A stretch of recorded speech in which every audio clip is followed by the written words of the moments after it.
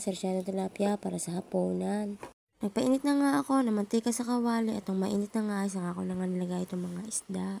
At ito na nga mga mi, piniprito ko na nga isa-isa itong nabili niya. Ito na nga yung kinakatakutan ko, yung matalamsikan ka nga ng mantika. Nabili nga ito kanina ng aking asawa dun sa labasan at ang sabi niya nga ay gusto niya nga ng sarsyadong tilapia.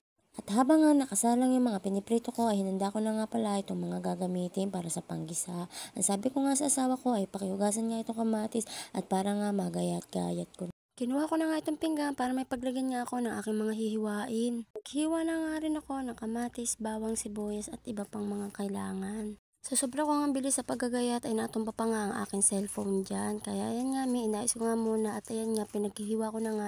Ito na nga mga mi, binalikan ko na nga itong mga piniprito ko at ang akala ko nga ay luto na pero dumidikit pa nga siya sa kawali. Tapos ko na nga mahiwa yung mga gagamitin mamaya sa pagigisa. At ayan na nga mga mi, nabaliktad ko na nga rin dyan yung mga isda. Sabi ko nga sa asawa ko ay siya na nga mag-isa. Nilagay na nga rin dyan ang bawang sibuyas at sinunod na nga rin niya ang kamatis. At kung nailagay na nga niya ay hinalo-halo na nga rin niya at maya-maya nga inilagay na rin niya nga ang paminta, asin at bitchin.